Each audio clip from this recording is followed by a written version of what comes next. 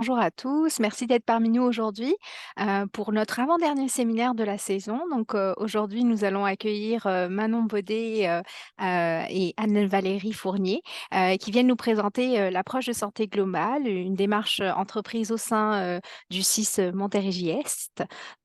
Sans plus tarder, je vais laisser donc la parole à Manon Baudet, qui est la directrice adjointe des ressources humaines en CIS Montérégie-Est, et Anne-Valérie, conseillère cadre à la gestion de la santé organisationnelle. À vous, mesdames. Très bien, ben merci Nadia. Je vais introduire ainsi d'abord en vous remerciant de nous avoir invités à ce séminaire. C'est avec un grand intérêt, Anne-Valérie et moi, qu'on a accepté le défi et humilité en même temps parce qu'on n'est pas des conférencières. Par contre, on est des passionnés puis on a envie de partager cette approche-là qui a un grand succès dans notre organisation et qui apporte des retombées concrètes. On vous partage cela avec humilité, passion, et intérêt. Et on sera aussi intéressé de partager avec vous à la fin si vous avez des questions, des commentaires, des suggestions. On le voit de cette façon. Donc, on peut introduire avec l'ordre du jour. Donc, je vais commencer le séminaire avec quelques éléments, je vous dirais, de base. Donc, dans le fond, c'est quoi la raison d'être de notre approche? Elle émane de où? Pourquoi on a parti cette approche-là au sein de notre organisation? Les principes directeurs de notre approche, puis les processus de changement organisationnel, les défis rencontrés. Et Anne-Valérie va enchaîner avec des mesures concrètes qu'on a mis en place, nos outils.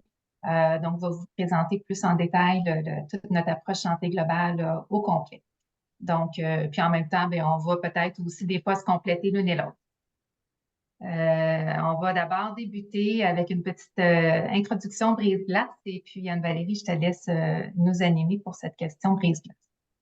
Oui, avant de commencer et d'entrer dans le vif du sujet, on était curieux un peu de savoir là, où vous vous positionnez. Donc, on a une petite question. On vous inviterait à vous joindre à nous sur la plateforme AA Slide.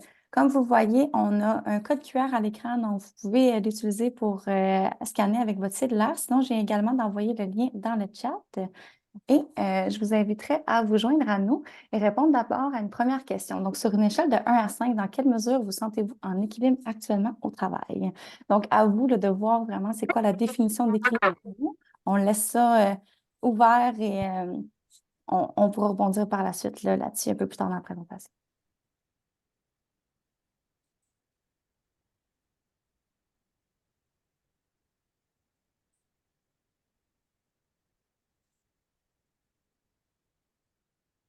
Je laisse quelques petites secondes encore pour ceux qui désirent se joindre à nous.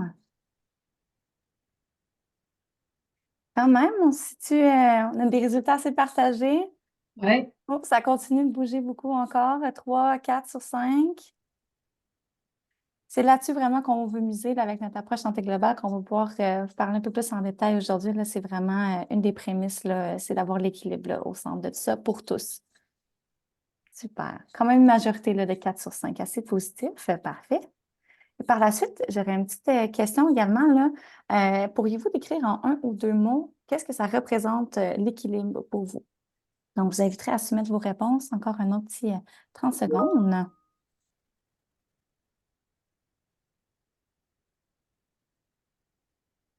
En 1 ou 2 mots, qu'est-ce que l'équilibre représente pour vous?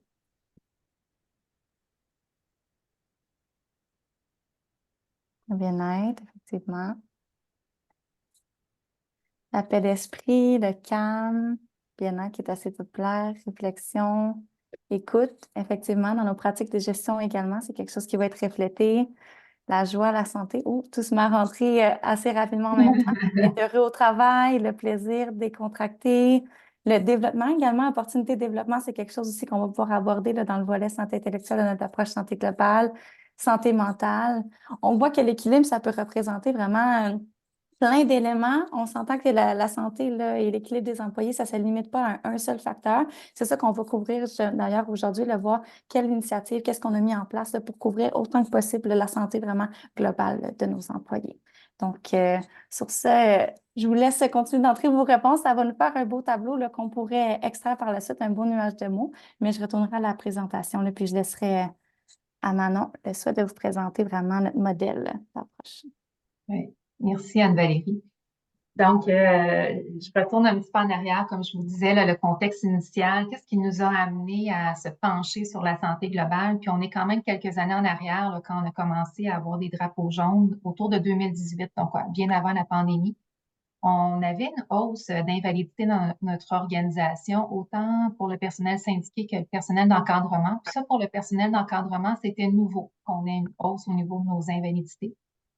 Et en plus, à cette époque-là, il y avait des changements au niveau de la réglementation du régime de retraite qui faisaient en sorte qu'on savait qu'on était pour perdre des gestionnaires seniors et donc d'avoir un renouvellement dans nos nouveaux gestionnaires. Et on craignait, d'une part, de mettre des personnes en déséquilibre, donc des nouveaux gestionnaires qui se retrouvent en fonction, des postes vacants, cumul, intérim, puis en même temps de l'essoufflement et même risque de bris de service. Et là, on s'est dit, il faut prendre des décisions, des stratégies.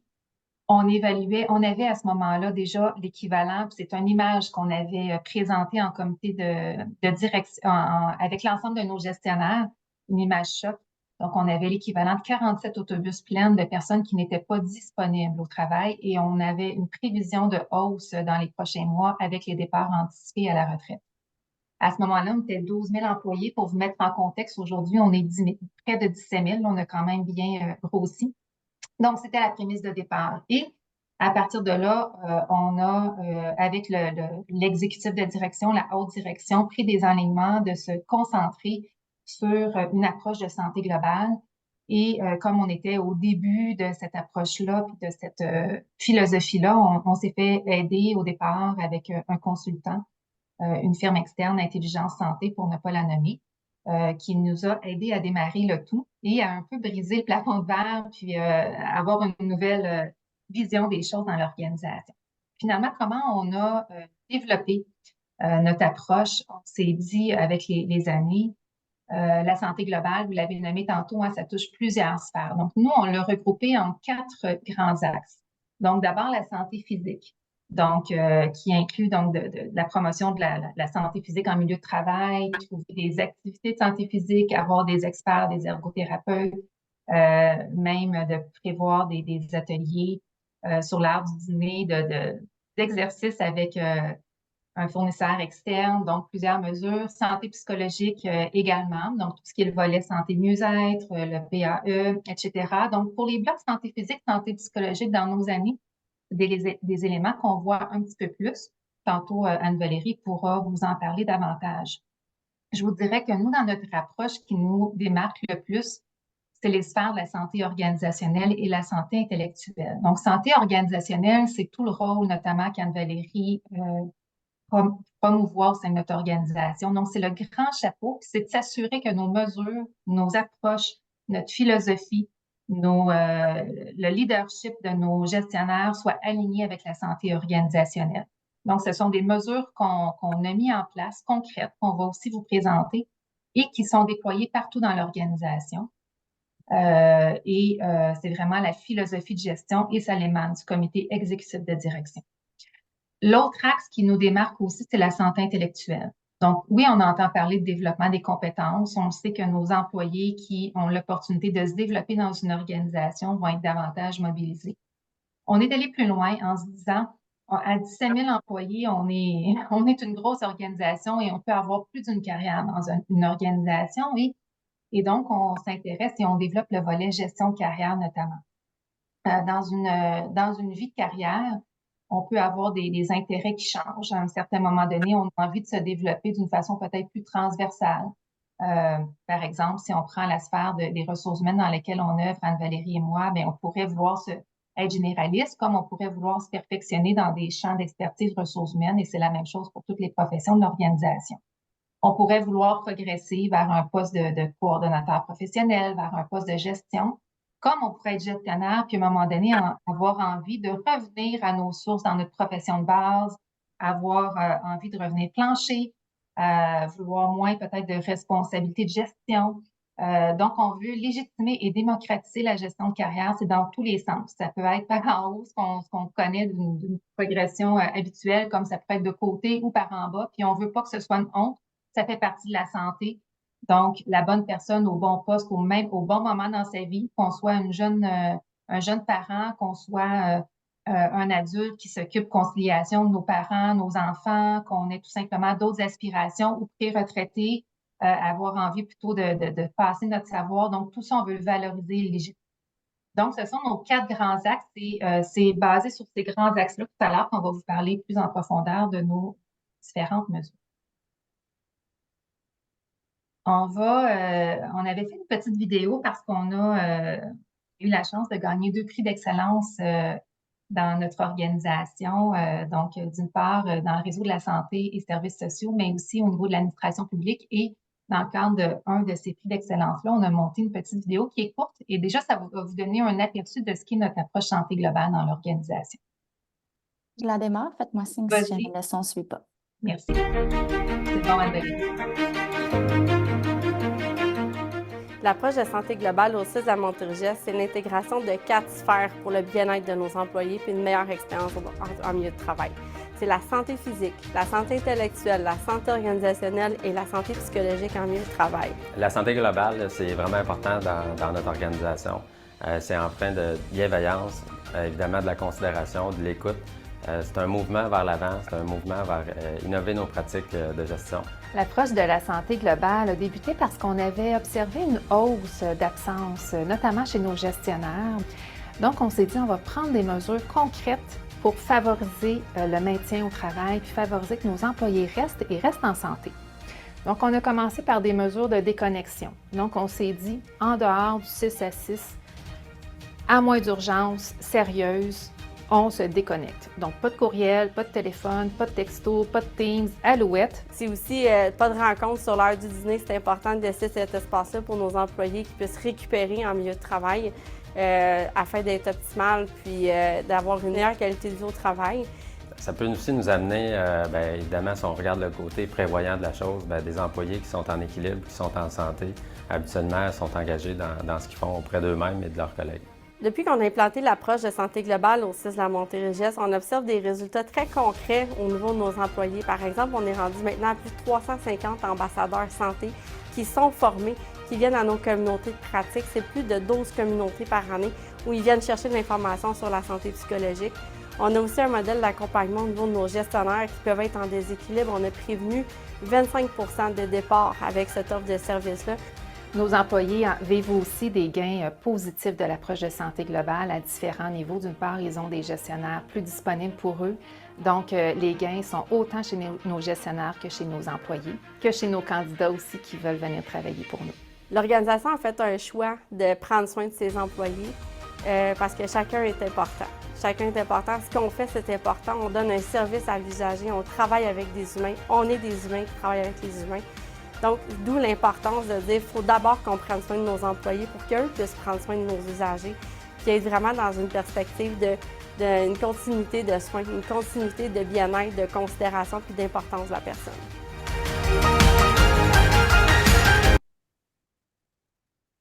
Merci Anne-Valérie. Donc, ça met la table. On va aller un petit peu plus en profondeur dans ce que vous avez vu dans ce 2 minutes de vidéo-là. La force et les objectifs de notre approche, là, la force, vous l'avez entendu dans la vidéo, c'était des actions simples et concrètes. On a bien beau avoir des beaux programmes en 20 pages, on sort d'un bureau, ça n'apportera rien. Donc, on voulait quelque chose qui soit facile à comprendre, facile d'application et qui fasse une différence dans le quotidien. Est-ce que nécessairement, avec l'ensemble de ces mesures-là, on peut parier que tout le monde est en équilibre? Pas nécessairement. Par contre, ce qu'on parie, c'est que si ces actions-là sont bien respectées, ça favorise d'être en équilibre et ça permet de réduire l'intensité. L'autre élément qui a changé beaucoup depuis 2018-2019, c'est que à l'époque, c'était hot de faire beaucoup d'heures. Il fallait même pas nécessairement le montrer, mais si on envoyait un courriel à 10 heures le soir, ça paraissait pas mal. Ça démontrait un engagement, ça démontrait qu'on faisait le suivi de nos dossiers. Maintenant, aujourd'hui, en 2024, envoyer un courriel à 22 heures, ça paraît pas bien du tout.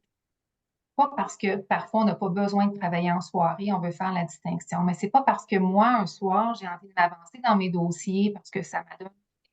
Puis j'en profite que je dois nécessairement en faire subir l'impact à mes collaborateurs. Donc, la culture, elle a changé. Ce qu'on se dit, c'est qu'on veut travailler mieux, On veut travailler dans le respect d'un équilibre. Et comme gestionnaire, on se doit non seulement de tenter nous-mêmes d'être en équilibre autant que possible, mais on se doit aussi d'être un modèle pour s'assurer que notre équipe de gestion sous nous ou nos employés emboîtent le pas également. On a légitimé les conversations aussi et de le dire. Si je suis en déséquilibre, si j'ai trop de travail, si je n'arrive pas, si je me sens fatiguée, si je vis une situation particulière dans ma vie personnelle qui vient impacter mon travail au quotidien, on légitime les conversations. On préfère que les gens, nos employés, nos gestionnaires le disent pour qu'on puisse les accompagner dans cette période de déséquilibre-là. Anne-Valérie vous parlera d'un outil notamment qu'on a développé et c'est de les accompagner en faisant une réflexion sur eux comme personnes, qu'est-ce qu'ils peuvent mettre en place pour changer la situation ou améliorer la situation. Et nous, comme organisation, qu'est-ce qu'on peut aussi mettre en place pour accompagner cette personne-là dans la période de déséquilibre. Donc, on a légitimé les conversations et se permettre d'être en prévention, c'est-à-dire essayons autant que faire se peut d'éviter des départs de l'organisation ou d'éviter des invalidités. Donc, qu'est-ce qu'on peut faire avant que le pire arrive? Donc, ça, c'est vraiment la force de notre approche puis la prémisse de tout. Donc, les objectifs sont assez évidents, on en a parlé tantôt. Donc, c'est les effets positifs sur l'expérience employée, l'attraction, la rétention aussi, le développement professionnel. Puis, on se positionne aussi comme employeur de choix parce que dans nos offres d'emploi, tous nos offres d'emploi de gestionnaires, on mentionne notre approche de santé globale. Donc, ça a deux effets. De un, c'est que ça attire des candidats. Et de deux, c'est que les candidats qui viennent travailler chez nous sont attirés par l'approche de santé globale, vont l'incarner parce qu'ils y croient. Donc, ça fait un effet boule de neige. C'est ce qu'on voulait créer par la suite des choses. L'autre élément, nos principes directeurs de l'approche, on vous a déjà dit à quelques reprises depuis le début de la présentation, il y a 3 thèmes. Il y a simplifier. Donc, pas besoin de faire des choses compliquées pour faire la différence. C'est d'être en prévention. Donc, ça, je viens de mettre la table un petit peu, on y reviendra tout à l'heure. Et le plaisir. Tantôt, dans le nuage de mots, j'ai vu que ça avait sorti le plaisir. Et c'est important le plaisir parce qu'il faut avoir du fun au travail. Le travail n'est pas simple et pas facile. On est là pour régler des enjeux, des défis, des problèmes parfois. Mais si en équipe, on a du fun à travailler ensemble, qu'on est content de se voir puis d'affronter tous ensemble, ben c'est gagnant. Et on vous donnera quelques petits exemples de plaisir qu'on a osé dans notre organisation qui a eu des gains. Puis je fais juste une petite tranche de vie parce que certains d'entre vous connaissez ce qu'est l'agrément, donc certification Agrément Canada.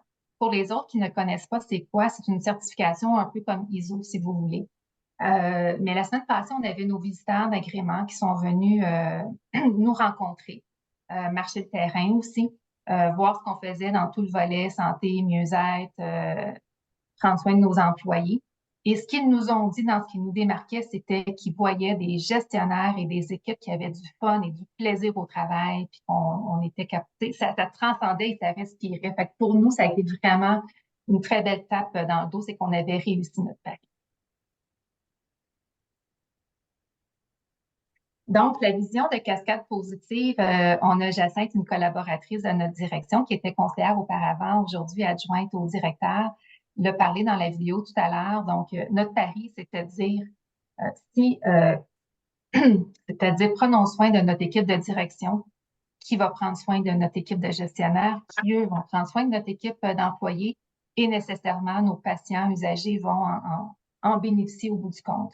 Donc, c'était vraiment la cascade positive du volet tout de notre approche santé globale en légitimant l'équilibre, en démocratisant la santé et surtout en obtenant l'engagement de la haute direction. Parce qu'on aurait eu beau acheter ce programme-là déjà tout fait, puis vouloir l'implanter dans notre organisation, si ça ne venait pas de la haute direction, on n'aurait pas eu les gains qu'on a. Donc, c'est vraiment incarné. Ici, on voit d'ailleurs, on a fait une petite activité cet hiver de revenir renouveler nos vues. Parce que quand on a parti l'approche de santé globale, il y a quelques années déjà, on avait demandé à l'exécutif et au comité de direction de signer une charte d'engagement. Les années ont passé, on était en 2023, juste un peu vers la fin de l'année 2023. En comité exécutif de direction, on a demandé à l'exécutif, à nos directeurs de signer la charte d'engagement. Ce que ça vient dire, c'est de dire, on croit toujours en l'approche santé globale, on veut continuer à faire respecter, à nous-mêmes respecter les règles qu'on s'est données et les faire respecter au sein de nos équipes de gestion. Et chacun des directeurs adjoints a signé cette charte-là. Donc, on voit sur la photo à gauche notre présidente directrice générale adjointe, Marie Zébert. À droite, ben, c'est juste un petit clin d'œil parce que notre PDG a pris la parole au moment où on signait la charte d'engagement, puis il a rappelé, parce que vous allez voir dans une de nos mesures, c'est la déconnexion sur l'heure du dîner. Aucune réunion entre 12h30 et 13h. Prenez du temps, ce qu'on dit à nos gens, c'est même bloqué dans l'agenda. Prenez du temps pour vous, manger, faire l'exercice, prendre une marche, mais on sort de devant notre écran, on n'a pas de réunion. Et le PDG a dit, moi, si vous textez ou si vous m'envoyez un courriel sur l'heure du dîner ou m'appelez à 12h31, je vous répondrai pas. Puis là, certains d'entre vous, allez vous reconnaître parce que certains d'entre vous le font. Mais moi, comme PDG, c'est important pour moi aussi, cette mesure de déconnexion. Donc, le message était fort, puis on est content que c'est là que c'était vraiment une condition de succès.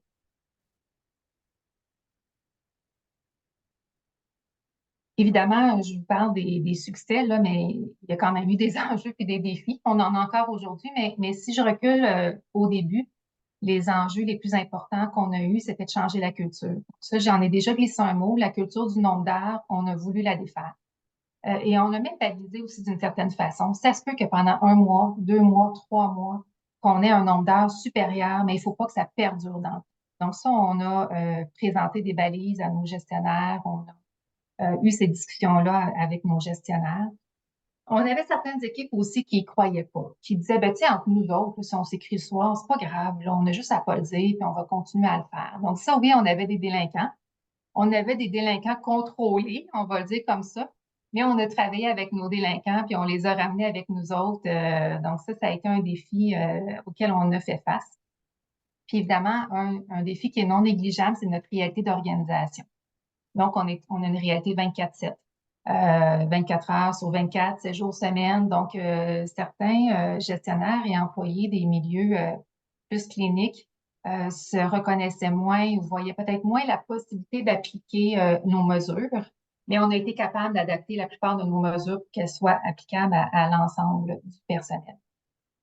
Par la suite, bon, évidemment, il peut y avoir des différences entre les autres 6 CCIUS, mais aussi on a le ministère, parfois qui peut nous demander des redditions de comptes, on peut avoir des questions des ministres, on peut avoir des questions médias, de la politique, mais quand on a ces questions-là, ces demandes de reddition de comptes-là, ben là, ça fait partie de la réalité, on doit s'ajuster, puis ça se peut qu'on soit obligé de déroger à nos mesures de base, mais ce qu'on a dit à l'ensemble des gestionnaires, si dans la majorité des cas, à 95%, on est capable de respecter nos mesures organisationnelles qu'on s'est données, ben, quand il arrive une situation d'exception ou d'urgence, on y fera face.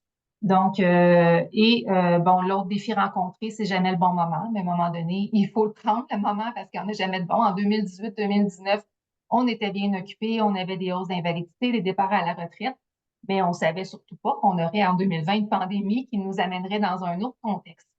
En pandémie, on a dû prendre un petit moment de recul, mais rapidement, même pendant la pandémie, on est venu rappeler nos mesures de déconnexion notamment et nos mesures de santé globale pour s'assurer de prendre soin de nos employés.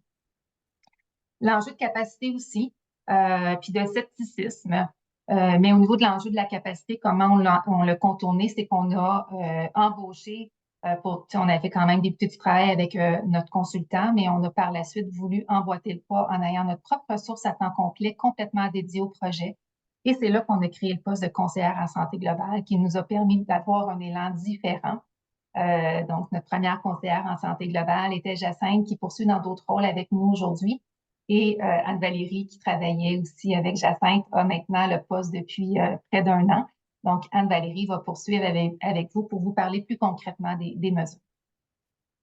Merci Manon. Oui, maintenant qu'on a couvert un peu plus le... Anne-Valérie, ton micro s'est coupé. Pardon, c'est bon. Merci, Nadia. Donc, c'est ça. Maintenant qu'on a couvert un peu les bases, dans quel contexte est-ce que notre approche s'est inscrite, on voulait vraiment vous parler un peu plus de concrètement comment ça se déploie au sein de notre organisation, puis quelles mesures organisationnelles ont été mises en place. Donc, ici, vous allez voir vraiment une panoplie là, de mesures qui ont été mises en place vraiment au niveau organisationnel. On va pouvoir là, les couvrir et les décliner un peu plus individuellement au courant là, des prochaines diapositives. Il y a plusieurs des éléments qui ont déjà été mentionnés, soit par Manon dans la vidéo un peu plus tôt, là, comme par exemple la déconnexion de 18h à 6h où on n'a pas de communication autant au niveau organisationnel ou entre les individus de 6h le soir à 6h le matin. C'est une pratique qui est maintenant fortement ancrée dans notre organisation. Et ça fait vraiment partie de nos pratiques organisationnelles. On encourage fortement les gens à utiliser là, la fonction de courriel là, différé si jamais il y a des gens là, qui sont interpellés à travailler le soir. C'est sûr que ce type de mesure-là peut sembler que c'est seulement possible pour les gens qui travaillent un horaire vraiment typique de travail de, par exemple, les jours de semaine, mais c'est aussi une pratique qu'on essaie d'encourager même pour les gens qui ont peut-être un horaire atypique, même les travailleurs de nuit. Par exemple, si on a un médecin qui est de garde pendant la nuit puis qui a travaillé, bien, est-ce que lui aussi peut se permettre de déconnecter durant le jour quand ce n'est pas nécessairement ses heures de travail? Donc, de pousser ce concept-là aussi de déconnexion à tous les différents niveaux, donc même au-delà là, de 6 à 6. On a également des plages sans rencontre. Puis je vais vous montrer ici là, juste un agenda typique. Là, vous allez voir ce qui est important à retenir, c'est la portion en rouge. Ça, c'est les éléments qui sont vraiment réservés à l'agenda directement par notre PDG. Donc, vous voyez ici, tous les jours, sur l'heure du dîner, on a une pause active qui est réservée à l'agenda de tous les gestionnaires de 12h30 à 13h pour vraiment empêcher qu'il y ait des rencontres dans la période du dîner de 12h30 à 13h pour encourager là, les gens à sortir, prendre une marche, juste vraiment décrocher de leur ordinateur autant que possible. On sait quand même qu'on est dans un milieu avec une réalité 24/7, il peut y avoir des urgences. Donc, au-delà de ça, c'est notre idéal, mais même si, mettons, c'est pas nécessairement possible pour une personne de prendre cette pause-là tous les jours, est-ce qu'on peut se dire, OK, bien, au moins 3 fois cette semaine, je vais la prendre, ma pause active, pas de rencontre, je décroche complètement, je sors un peu, puis je vais faire une activité pour moi. Donc, c'est vraiment le type de pratique qu'on encourage. Et l'autre plage que vous voyez en rouge également, c'est la plage du vendredi après-midi pour la gestion de proximité. Initialement, cette plage-là démarrait seulement à 15h. Maintenant, ça a été modifié. Mais ça couvre vraiment la totalité de l'après-midi, là, les vendredis après-midi, pour empêcher d'avoir des rencontres qui sont planifiées principalement pour des suivis de projet. On ne veut pas nécessairement avoir une rencontre pour un projet un vendredi à 15h ou 16h. On veut vraiment encourager les gestionnaires à être présents avec leurs équipes. Des fois, là, c'est pour clore la semaine qui vient de passer ou préparer l'équipe qui va être présente là, au courant du week-end. Donc, vraiment pouvoir terminer la semaine en beauté et clore nos dossiers. On a également toutes nos rencontres qui commencent à E5 ou E35. Donc ça, encore une fois, c'est une pratique organisationnelle qui est bien intégrée. Ça fait plusieurs années là, que ça fait partie de nos pratiques organisationnelles. Toutes nos rencontres débutent à E5 ou E35 et se terminent à l'heure pile. On tente vraiment d'encourager les 5 minutes de pause entre chacune des rencontres pour être complètement en mesure de décrocher. C'est sûr que c'est une mesure sur laquelle on doit quand même garder une vigie parce que ce qu'on se rend compte des fois, c'est que ça peut déborder. Hein. Si on sait que la prochaine est seulement E5, bien, on se permet d'étirer l'autre jusqu'à E4, mais c'est vraiment pas ça là, la prémisse derrière. On veut vraiment que les gens aient 5 minutes parce que sinon, depuis la pandémie, avec le télétravail, le veut pas qui est devenu une nouvelle réalité, le travail hybride, bien, les rencontres, des fois, s'additionnent au travers de la journée. Puis il y a un essoufflement aussi qui peut être attaché à ça. C'est vraiment exponentiel, là, les rencontres qui s'additionnent une à la suite de l'autre. Donc, on peut se permettre d'avoir juste quelques minutes de pause, du moins, là, entre les rencontres pour soit fermer nos notes de dossier, prendre une petite pause, aller chercher un verre d'eau, un café, là, quelconque qu'on pourrait avoir besoin entre les rencontres. Donc, ça, c'est quand même quelque chose sur lequel on doit garder un œil, mais on encourage à utiliser notamment dans Microsoft Teams, il y a une fonction que lorsqu'une rencontre est sur le point de se terminer à 5 minutes de la fin, il y a un petit rappel pour dire que la rencontre est à 5 minutes de la fin. Donc, on encourage les gens à utiliser ces derniers 5 minutes pour se dire, bon, mais même si on n'a pas couvert tous les points à l'ordre du jour, qu'est-ce qu'on peut prioriser lors de la prochaine rencontre et également se permettre là, vraiment de clore les points de la journée pour pouvoir permettre à l'heure, donc soit à E30 ou E-pile pour se permettre d'avoir ces 5 minutes-là. Et Anne-Valérie, je me permettrais un truc de plus qu'on avait dit pour respecter la plage horaire, c'est qu'on a donné, on a créé un code de réunion, puis on a demandé de nommer pour chacune des réunions un gardien du temps qui va se permettre de dire, là, on est à 5 minutes. T'sais, si on voit que la réunion n'est pas assez avancée, puis qu'on n'arrive pas dans le temps ou un peu en amont, de rappeler un peu l'objectif pour voir comment on se réorganise. Donc, ça, c'est aussi une action qui avait été faite en lien avec cette mesure. Et une des dernières mesures également là, qui est disponible pour nos gestionnaires, également même du personnel non syndiqué, c'est au niveau de l'aménagement de temps de travail. Donc, de plus en plus, ça fait partie de notre réalité, des besoins au niveau de la flexibilité, même d'avoir un certain contrôle également au niveau de l'agenda. Donc, comment est-ce qu'on peut se permettre justement d'avoir cette flexibilité-là dans l'horaire? Est-ce que c'est en fonctionnant avec un horaire compressé. On compresse certaines heures de travail pour se permettre de libérer une portion en notre plage à l'agenda pour avoir vraiment du temps personnel. Par contre, on s'est rendu compte initialement, on avait fait un projet pilote avec un certain horaire, que la flexibilité, c'est vraiment différent pour tous. Donc, c'est vraiment le mot d'ordre maintenant, là, c'est ce qu'on encourage, de dire, ayez des discussions ouvertes avec votre gestionnaire pour voir ça peut ressembler à quoi pour vous l'aménagement de temps de travail. Il y a certaines personnes pour qui ça va être, ben, peut-être que je vais commencer à travailler 1 heure plus tard tous les mercredis matins parce que j'ai tel sport que je pratique avec une amie, ça me fait du bien, ça me maintient en équilibre, mais c'est à mon agenda, la gestionnaire est au courant. Est-ce que c'est pour permettre de prendre certains rendez-vous? Des fois, c'est pour les parents avec des jeunes enfants, même certains de nos employés gestionnaires qui pourraient être proches aidants. Donc, d'avoir ce niveau de flexibilité-là et surtout de légitimer les conversations autour de cette flexibilité-là, ça fait vraiment partie des objectifs autour de notre aménagement de temps de travail. Au-delà de ça aussi, ce qu'on recommande aux gens, c'est de leur réserver ces plages-là à l'agenda autant d'avance que possible. Puis parfois, on voit que la charge de travail est élevée, ça devient difficile un peu de prendre ces moments-là qu'on s'était réservés, mais au moins, est-ce qu'on ne peut pas se le garder comme période de temps blanc? Donc vraiment, une période où est-ce que peut-être que même sur Microsoft Teams, c'est indiqué que tu es absent, tu n'as pas de rencontre à l'agenda, mais vraiment se permettre d'avoir du temps de profondeur. On a également aussi de plus en plus de nos directions à l'interne où est-ce qu'on a un directeur qui va insérer une période de travail à l'agenda de toutes leurs gestionnaires ou différentes équipes de personnel également pour se dire, bon, nous, tout cet après-midi-là, ou 1 à 2 fois par semaine, on a quelques heures, des blocs de travail où est-ce que vous n'aurez pas de rencontres. C'est vraiment juste du temps pour vous permettre d'avancer vos dossiers parce que sinon, on a des rencontres subséquentes tout au long de la journée, puis on arrive, puis c'est là que ça déborde le soir, puis au-delà des heures de travail habituelles parce que la charge de travail est trop élevée, puis on n'arrive pas vraiment à clore nos dossiers. Quand même plusieurs éléments qui ont été mentionnés là, depuis le début de la présentation. Donc, vous vous demandez peut-être comment ça a été mis en place. C'est vraiment quelque chose qui s'est fait graduellement là, sur plusieurs années. Je ne couvrirai pas nécessairement là, chacune d'entre elles. Il y a plusieurs des éléments là, que vous voyez dans les exemples d'actions qui ont été nommés ou qui vont être nommés un peu plus tard dans la présentation également. Si jamais vous avez des questions par rapport à quoi que ce soit, n'hésitez pas à les garder pour la période de questions à la fin ou à entrer en communication avec nous là, dans un autre temps également. Comme Manon le mentionnait, les premiers efforts ont été mis en place en 2018. C'est là qu'on a commencé à parler de santé globale davantage au sein de notre organisation. Puis entre 2018 et 2020, il y a différents efforts qui ont été mis. Entre autres, c'est là que la déconnexion a été mise en place également. On a eu différents programmes qui ont été mis en place. Et en 2020, c'est là qu'on a réussi à dédier vraiment une ressource à temps plein, donc embaucher vraiment une conseillère cadre en gestion de la santé organisationnelle pour continuer d'avoir une vigie, puis faire vivre et même développer notre approche santé globale en interne. On a également plusieurs de nos codes de bonnes pratiques qui ont été développés et il y a une formation également sur le leadership santé obligatoire qui est ajoutée au parcours d'accueil de tous nos nouveaux gestionnaires. Donc, tous les nouveaux gestionnaires, que ce soit une promotion interne ou provenant de l'externe, ils ont un parcours d'intégration sur les premiers mois, en fait, suite à leur intégration. Et il y a une formation obligatoire sur leur leadership santé. Au sein de cette formation-là, on encourage les bonnes pratiques autant pour eux, que ce soit pour montrer l'exemple, mais également pour maintenir leur propre équilibre, mais également l'impact qu'eux peuvent avoir sur la santé globale de leurs employés. En 2022, par contre, c'est là qu'on a ajouté la flexibilité d'horaire, donc l'aménagement de temps de travail que je vous parlais tout à l'heure. On a différents programmes aussi qui ont été ajoutés, même les pauses actives sur l'heure du dîner.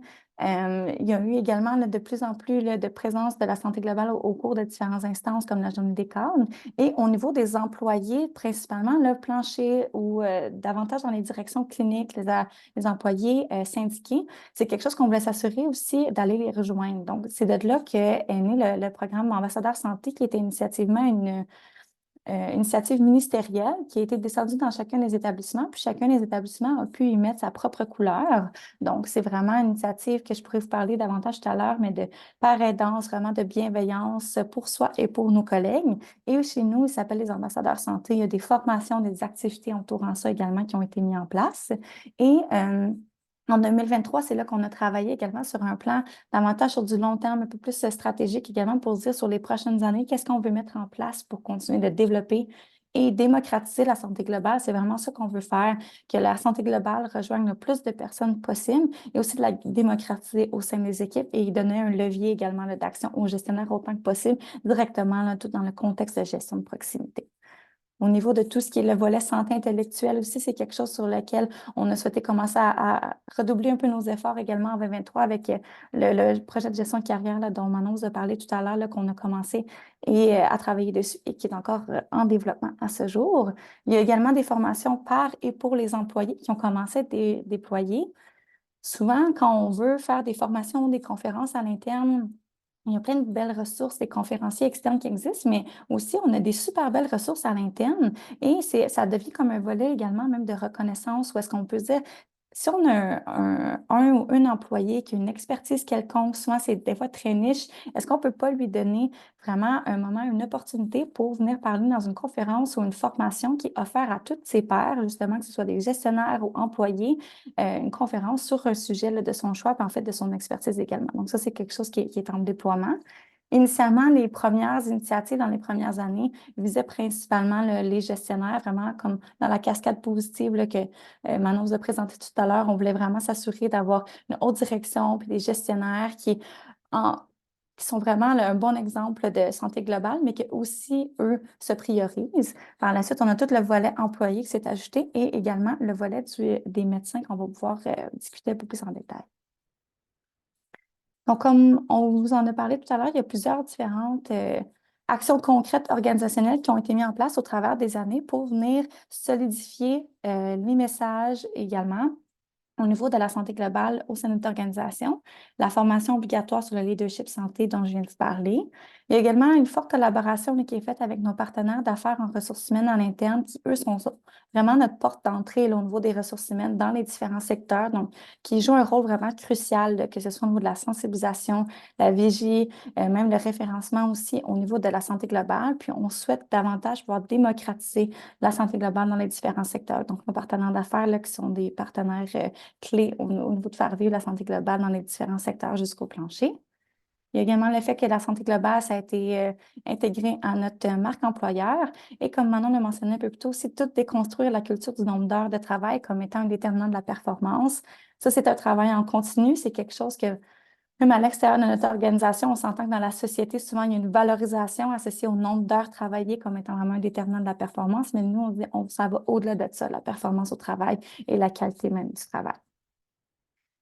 Finalement, au niveau de la santé globale, c'est vraiment quelque chose qui est rendu répandu dans différentes instances au sein de notre organisation, puis on essaie de la faire vivre autant que possible dès qu'on a la chance d'en parler, mais aussi de la concrétiser en action. Par exemple, on a des forums des gestionnaires environ 5-6 fois par année où on a tous nos 600 plus gestionnaires là, qui sont rencontrés de manière virtuelle dans des grandes rencontres, dans des assemblées avec tous nos gestionnaires. Et maintenant, on a toujours un point santé globale, également notre journée de développement des cadres. Il y a même également des informations qui ont été ajoutées au parcours d'intégration de nos techniciens, techniciennes en gouvernance également, qui sont en soutien à leur directeur, directrice. Donc, c'est vraiment de s'assurer que la santé globale est intégrée dans toutes nos instances, dans tous nos processus organisationnels et même dans nos pratiques de gestion également. J'ajouterais un point là-dessus, Anne-Valérie, qui est important aussi, c'est que la santé globale, c'est pas juste une affaire des RH de Anne-Valérie, de moi, c'est rendu vraiment une affaire organisationnelle. On voulait avoir des ambassadeurs comme gestionnaires qui soient eux-mêmes des porteurs. Donc, quand on intègre des sujets de la santé globale dans nos instances, que ce soit en forum des gestionnaires ou dans notre journée organisationnelle des cadres en présence, on fait aussi des témoignages. Donc, ça peut être des directeurs, ça peut être un gestionnaire, ça peut être un employé qui vient parler des mesures qu'ils ont mis en place dans leur service, dans leur équipe, pour inspirer des collègues de travail. Donc, vraiment, on veut que ça vive partout. Et pour que ça vive partout, il ne faut pas que ce soit juste nous qui en parlons. Il faut que ce soit différentes personnes à différents niveaux hiérarchiques. Merci, Manon. Puis ici, pour les quelques autres actions là, dont on souhaitait vous parler, bien, d'abord, c'est que dans la dernière année, justement, dans le souhait de démocratiser la santé globale et d'élargir également son spectre, on a décidé aussi également de mettre sur pied un projet spécifique aux médecins, notamment parce que pendant la pandémie, il y a eu de la détresse là, qui a été soulevée par certaines personnes. C'est un public aussi, notamment, étant donné qu'ils sont des travailleurs davantage autonomes, là, qui n'ont pas nécessairement sont pas rejoints de la même manière là, par certaines de nos mesures organisationnelles. Donc, on veut s'assurer également qu'ils sont inclus dans nos démarches santé globale. Les médecins ont un impact significatif sur le reste de l'équipe de soins qui peut se décliner même jusqu'aux patients, aux usagers. Puis, on veut aussi qu'ils puissent prendre soin d'eux-mêmes également, là, malgré la grande culture de performance qui existe dans leur domaine. Donc, c'est quelque chose qui est en développement actuellement. Donc, c'est vraiment embryonnaire. On a commencé à mettre sur pied un comité de travail là, avec différents médecins là, pour voir là, ce qu'on peut mettre en place pour soutenir leur santé globale également. Plus particulièrement en période pandémique, il y a également une veille sur le temps supplémentaire des cadres qui avait été faite. Il y a vraiment une vigie qui était faite par la conseillère cadre, Jacinthe, qui était là à ce moment-là pour s'assurer que malgré la charge de travail, malgré le contexte là, unique dans lequel les gestionnaires se trouvaient, qu'on n'avait pas une trop grande quantité de temps supplémentaire, particulièrement étiré sur plusieurs semaines de temps, qui ça pourrait mener à de l'épuisement éventuellement. Donc, juste s'assurer des fois, lâcher un petit coup de fil, s'assurer que les gens sont bien, qu'ils ont les ressources autour d'eux, puis qu'ils sont bien outillés également là, pour passer au travers de leur semaine. Il y a plusieurs des outils là, dont Maintien Retour à l'équilibre, dont je vais pouvoir vous discuter, vous décrire un peu plus en détail. Et le fait qu'on ait dédié une ressource à temps plein, là, pour nous, ça a été quand même un beau gain aussi qui nous permet justement de continuer de faire vivre là, et développer notre approche. Comme il a été mentionné à quelques reprises, on a aussi plusieurs aides-mémoires ou des one-pagers, comme on dit en bon anglais, où est-ce qu'on a nos bonnes pratiques organisationnelles qui ont été mises avec l'aide de notre équipe des communications dans des petits documents visuellement vraiment le fun à regarder, sont déposés, par exemple, sur notre intranet où tous nos gestionnaires, tous nos employés ont accès avec des bonnes pratiques. Puis c'est facile également là, pour eux de garder un œil sur ces documents. Par exemple, on a un aide-mémoire sur différentes actions concrètes alignées avec le leadership santé, nos mesures organisationnelles. Et on a également aussi un outil d'accompagnement maintien et retour à l'équilibre qui est disponible pour les gestionnaires. Cet outil-là, en fait, c'est un outil d'évaluation d'environ 2-3 pages qui est vraiment utile, qui nous permet de faire soit une auto-évaluation de notre propre équilibre ou même de le faire avec quelqu'un d'autre. Cet outil-là, on encourage fortement les gestionnaires à le faire pour eux-mêmes, à avoir ces discussions-là également en statutaire avec leurs propres supérieurs ou même avec leurs employés. Des fois, quand on est des employés, qu'on voit que la charge de travail est élevée, qu'ils peuvent approcher le déséquilibre, on sait que ça peut être du sujet sensible, on ne sait pas trop comment l'aborder, puis voir un peu des fois ce qui accroche. Mais ça, c'est un bel outil pour se dire, hey, pourquoi on ne se permet pas de prendre le pouls de l'équipe un peu, on rencontre individuel, on fait le tour de l'équipe, on voit comment les gens vont, puis on se met peut-être un petit but sur 3 mois, 6 mois pour voir comment on peut s'améliorer. Donc, cet outil-là, c'est vraiment comme une petite checklist qui nous permet d'identifier pour voir c'est quoi nos petits succès, c'est où que ça accroche un peu plus. Et ça fait même partie des documents là, qui sont joints à notre outil d'appréciation de la contribution également, parce qu'on veut vraiment légitimer les gens, même quand ils font la planification, leurs objectifs de développement professionnel au niveau de la prochaine année, à considérer cet aspect-là de la charge de travail, d'être légitimé à avoir ce genre de discussion-là. Donc, cet outil-là, il est bien pratique et on a aussi un service d'accompagnement là, vraiment individuel pour les gestionnaires qui est disponible, dont je pourrais vous parler par après. Mais cet outil-là permet de faire vraiment le premier niveau aussi pour voir, on se fait une petite auto-évaluation là, pour voir comment ça se passe. On a également un cas de vacances qui est disponible. Rapidement, dans notre cas de vacances, on décrit quelques petits points de succès, là, quelques points de vigie à considérer, que ce soit avant, pendant ou au retour des vacances. On s'entend que dans le pendant, la seule chose qu'on veut que les gens retiennent, c'est qu'ils décrochent complètement du travail. On les invite à vraiment mettre sur silence toutes les notifications qu'ils pourraient avoir, que ce soit sur Teams, sur les courriels. Même si les gens, des fois, ne travaillent pas activement, ils pourraient sur leur cellulaire recevoir des notifications de courriels qui rentrent. Puis simplement le fait, après quelques jours d'être en vacances, de recevoir des notifications par rapport à un projet, une demande quelconque, même si on sait qu'on ne doit pas la traiter tout de suite, ça peut nous remettre dedans un peu, puis ça nous permet pas autant de pouvoir complètement décrocher. Donc, on encourage fortement les gens à retirer vraiment toutes les notifications qu'ils peuvent avoir sur leur appareil par rapport à Teams, courriel. Et une chose aussi qui nous distingue davantage, c'est qu'avant et au retour des vacances, on encourage les gens à complètement bloquer une journée à l'agenda pour pouvoir faciliter justement la déconnexion. Ce qu'on veut dire par là, c'est que si par exemple une personne part 2 semaines en vacances au mois de juillet, et que son congé commence un lundi, le vendredi juste avant, on lui demande en même temps qu'elle bloque 2 semaines à son agenda pour la période de vacances, de complètement bloquer l'agenda du vendredi, le mettre comme étant vraiment absent du bureau. Même chose le lundi au retour des vacances. Comme ça permet aux gens de bien clore leur dossier, pas d'avoir de nouveaux dossiers qui s'ajoutent, des suivis qui s'ajoutent ou même des rencontres de gestion de projet qui ne sont pas nécessairement des choses qui sont urgentes. Sinon, également, au retour des vacances, on sait bien, on peut avoir des blues un peu, là, on revient de vacances un dimanche, il est 8 heures le soir, on se dit, oh, j'ai déjà des rencontres à 8 heures demain matin qui m'attendent, la journée va être rushante, de se remettre dans le beat un peu du travail. Notre boîte de courriel, là, plusieurs centaines de courriels. Donc là, on s'est dit, bien, comment on peut se permettre de mettre une pause puis permettre aux gens de revenir un peu plus en douceur, de se remettre un peu dans le bain des dossiers. Donc, en ayant la journée au retour des vacances vraiment bloquée comme étant absent du bureau, bien, ça permet à la personne de pas du tout avoir de rencontre la journée du retour de vacances, puis de vraiment se remettre dans les dossiers et avoir potentiellement, si c'est un gestionnaire, des contacts avec son équipe, la personne qui la remplaçait, vraiment prendre ses courriels au retour, puis de reprendre par la suite la journée qui suit.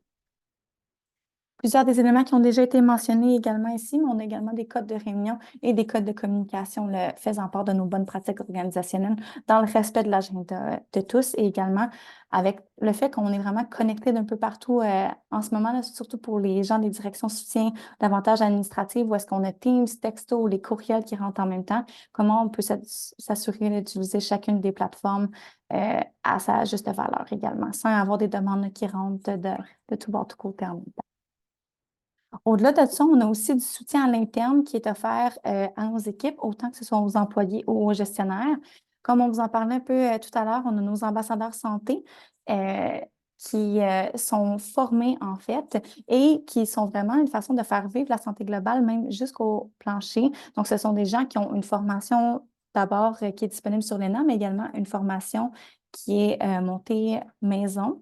Ils ont également même accès à des communautés de pratique mensuelles sur différentes thématiques alignées avec la santé globale. Donc, ce sont des gens qui souvent, soit ont montré un intérêt de manière volontaire ou même des fois ont été référés par des collègues ou par leurs gestionnaires pour pouvoir justement continuer de faire vivre la santé globale dans leurs équipes. Donc, c'est des gens qui font preuve de bienveillance envers eux-mêmes, envers leurs collègues, qui nous permettent de promouvoir les bonnes habitudes de vie, d'enrichir même les connaissances en santé globale et mieux-être. Il y a des équipes où est-ce que à chaque rencontre d'équipe, par exemple, on dédie un 10-15 minutes aux ambassadeurs santé de l'équipe pour animer une activité ludique, juste vraiment faire vivre la cohésion d'équipe, transmettre différents outils.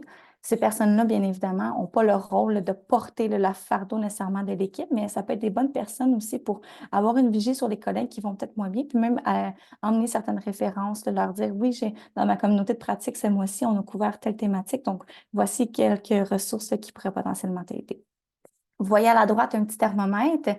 Dans la vidéo, initialement, on était rendu qu'on l'avait filmé à 350 ambassadeurs santé.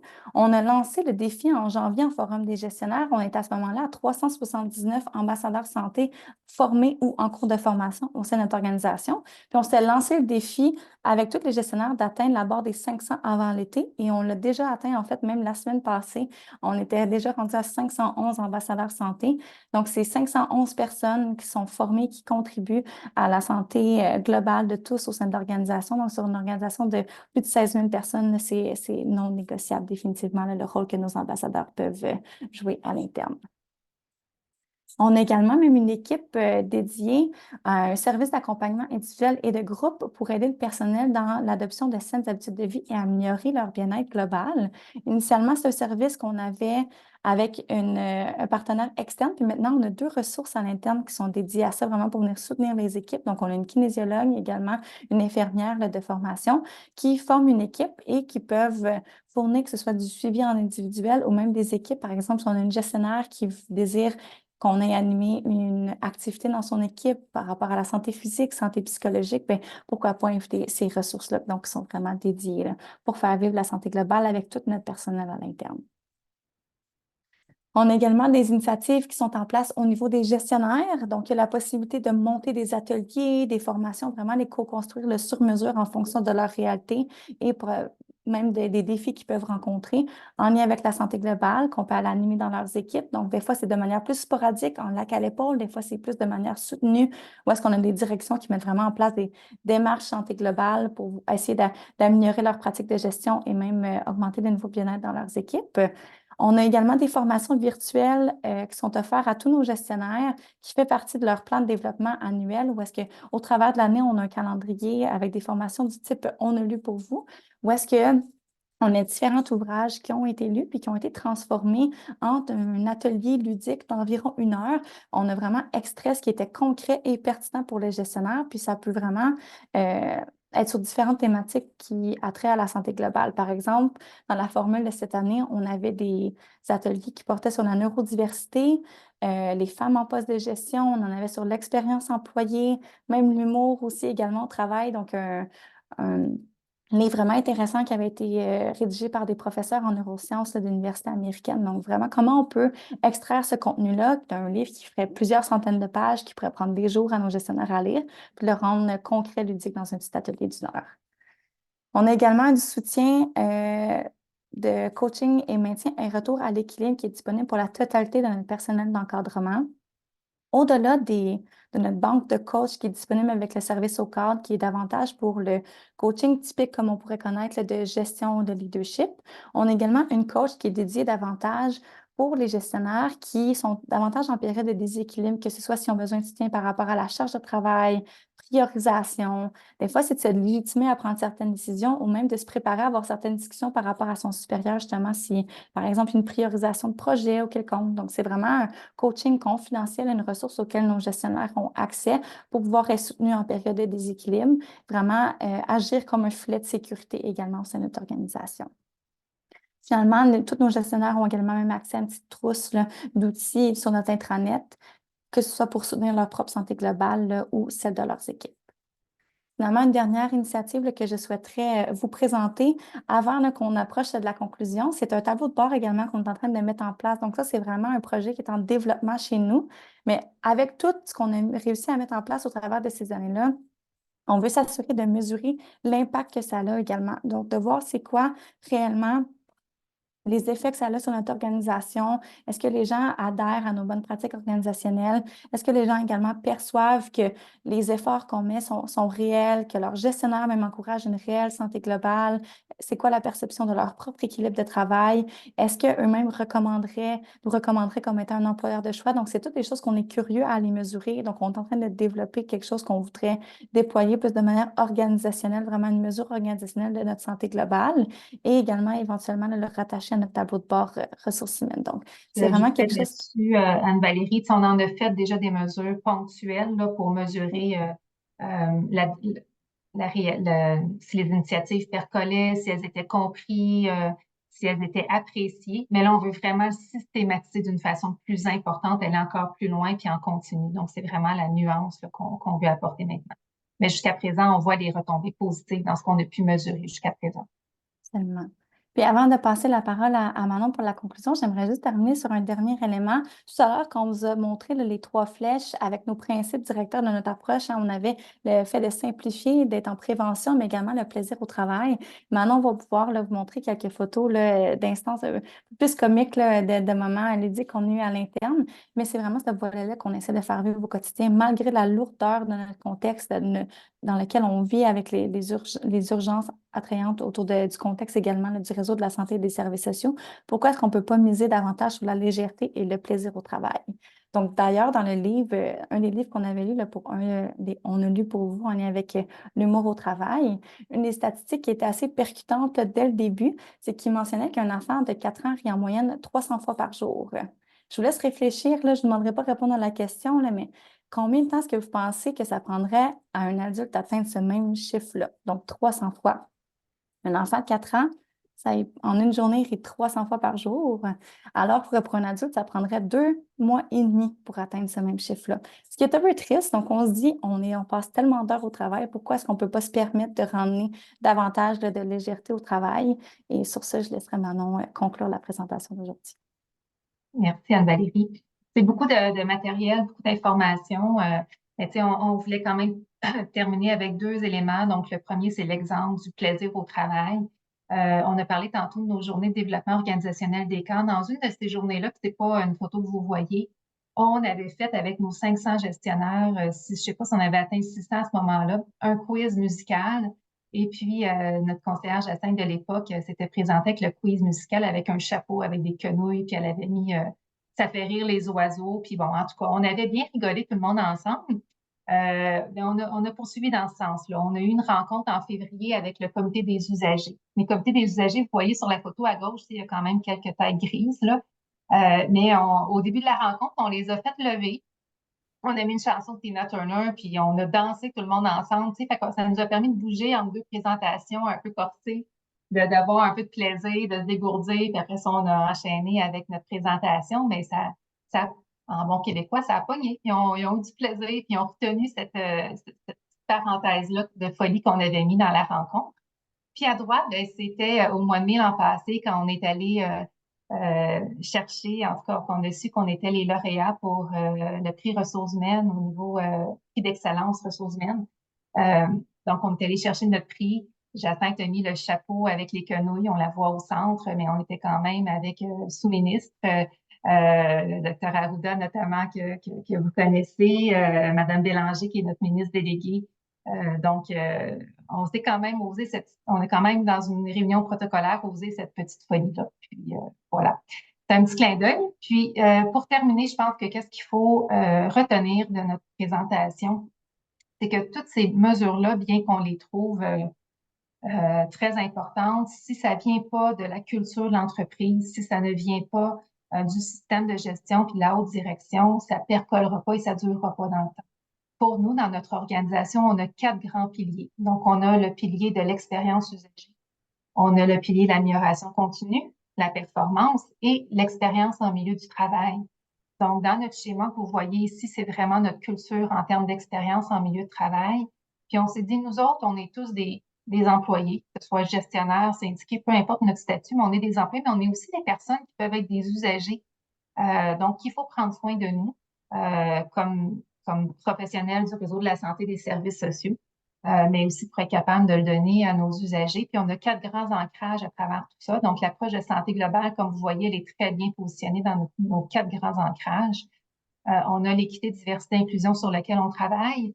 On a également la prévention, donc prévention autant des risques psychosociaux que physiques, climat de travail, mobilisation, reconnaissance, mais aussi un élément qui est crucial, c'est toutes les compétences de gestion, donc de choisir des gestionnaires qui ont un profil aligné avec cette philosophie-là aussi.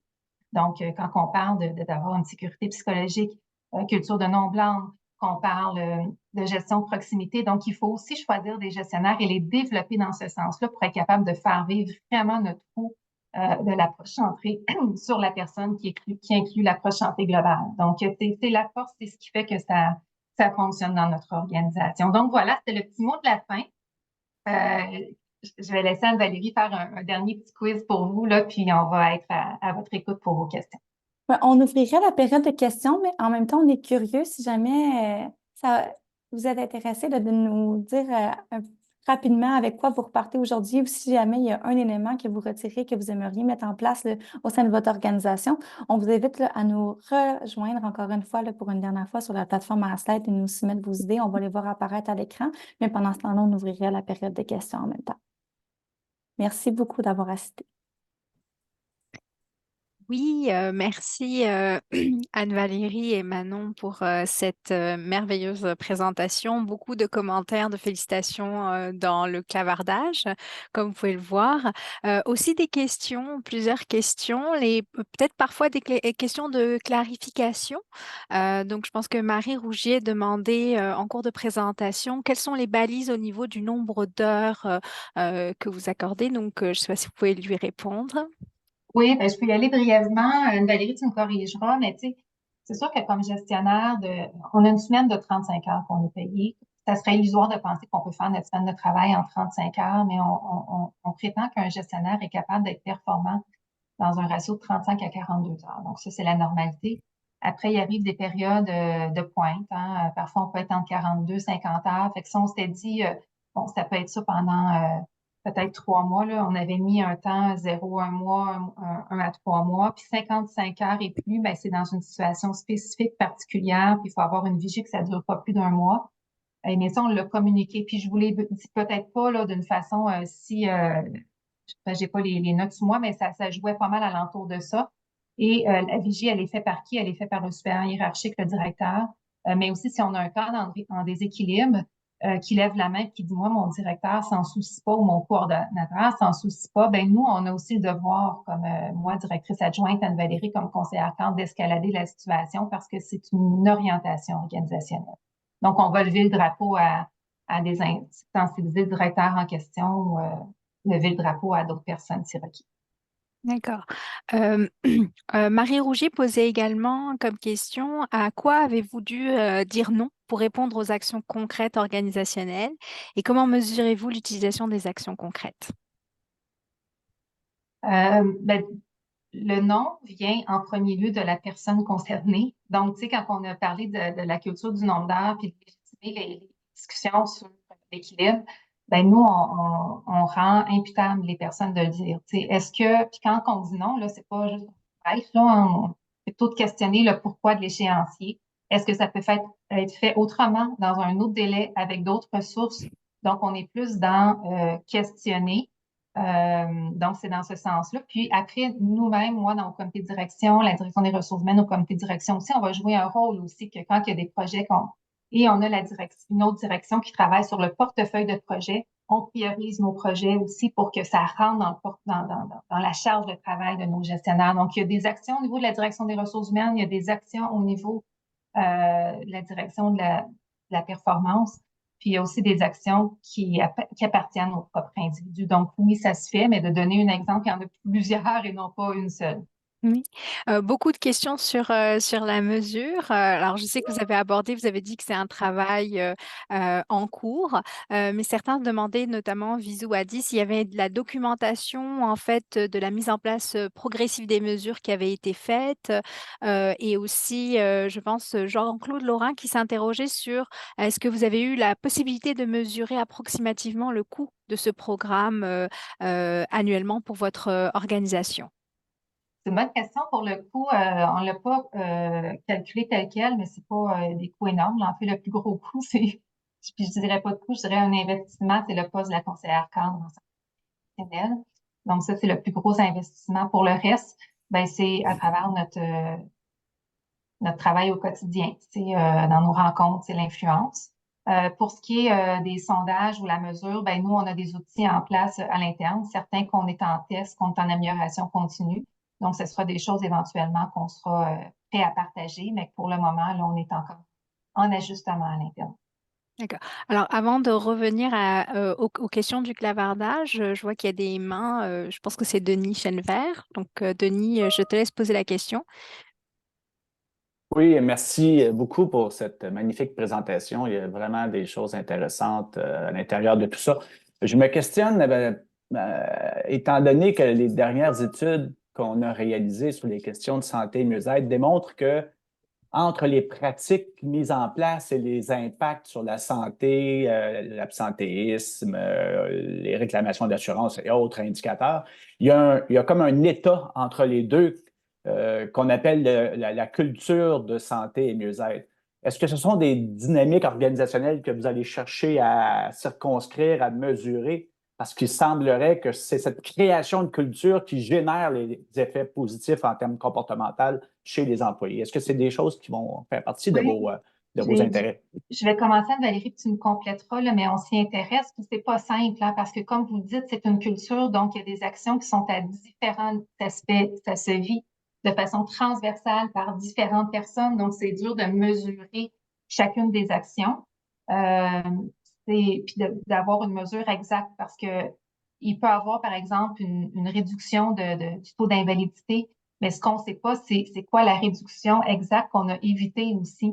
Donc, il y a des zones grises. Par contre, on a quand même, dans la vidéo, vous l'avez vu tantôt, été capable de chiffrer que notre accompagnement dans le retour vers l'équilibre a permis d'éviter des arrêts de travail. Mais on s'y intéresse et on s'entoure d'équipes aussi pour être encore plus solide dans notre mesure avec des experts, là, parce que il y a des choses qu'on est capable de mesurer, mais il reste d'autres éléments qui sont plus abstraits dans la mesure. Fait que je sais pas, Anne-Valérie, si tu veux compléter là-dessus, là, ou si j'étais... Oui, ben l'aspect aussi de comment ça se fait vivre sur le terrain, c'est pour ça que ça fait aussi beaucoup partie de nos discours, de se dire on démocratise, on essaie de se Ouais. légitimer là, ces discussions-là, puis il faut que ça se vive une culture, hein, c'est pas forcé ou c'est pas enseigné, donc c'est vraiment comment ça se vit au quotidien. Donc, il y a définitivement, là, nos mesures sont grandement appréciées, c'est souvent nommé à l'interne. C'est sûr qu'il y en a certaines des fois qui sont plus difficiles à respecter. On voit des fois là, les plages sur l'heure du dîner, ça tombe un peu plus, mais de mesurer au moins, est-ce que les gens sont en mesure de garder ces plages-là, puis après ça, d'aller vous pousser un peu plus loin pour voir c'est où que ça accroche, pourquoi est-ce que on n'est pas capable de respecter la pause du dîner. Est-ce que des fois, c'est parce qu'on a aussi des urgences, des fois qu'il faut comme qu'on redéfinisse un peu c'est quoi une urgence à l'interne pour se permettre de mettre une rencontre sur l'heure du dîner là, qui va prendre le dessus sur la pause active. Donc, c'est tous ces messages-là là, qu'il faut s'assurer d'aligner. Mais jusqu'à maintenant, comme Manon le mentionnait, on a quand même eu sans avoir une mesure, un tableau organisationnel, on a eu des mesures un peu plus ponctuelles dans des secteurs qui avaient des besoins spécifiques. Et des fois, là, quand on réussit à avoir un temps 1 et un temps 2 là, par rapport à l'adhésion ou même la pratique de par exemple, l'aménagement de temps de travail, on avait réussi à l'augmenter seulement en ayant des moments avec les équipes de gestion, en les légitimant, en ayant des ateliers ou des formations autour des thématiques aussi. Donc, c'est plus des exemples uniques, mais on voit quand même une fois qu'on a des directions qui s'investissent vraiment, puis des efforts qui sont mis au niveau des équipes de gestion, là, qu'il y a une différence là, qui est perçue. Je vais prendre une dernière question au niveau du clavardage qui est de Victoria Rodriguez. Est-ce que votre planification stratégique et vos projets sont alignés sur les 4 axes de la santé globale? Absolument. Mais quand je parlais tantôt du système de gestion, là, donc ça, c'est un élément de notre planification stratégique. Justement, on était au lac à l'épaule des dirigeants la semaine passée.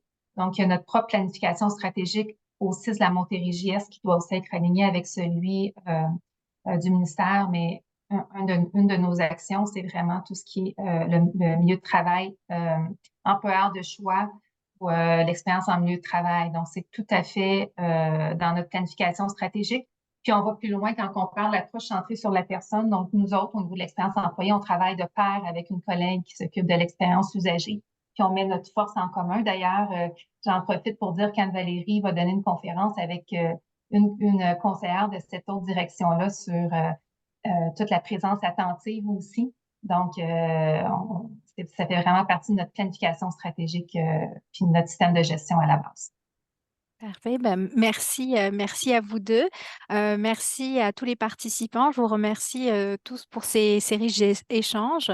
Je vous invite à nous retrouver le 16 mai prochain pour notre dernier webinaire, développement et mise en place d'un système de gestion avec des indicateurs de performance dans les blocs opératoires du CIUS de l'Est de l'île de Montréal.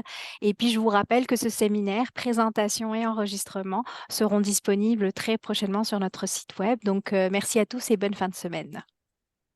Merci Merci. beaucoup. Au revoir. Bon après-midi. Au revoir, merci.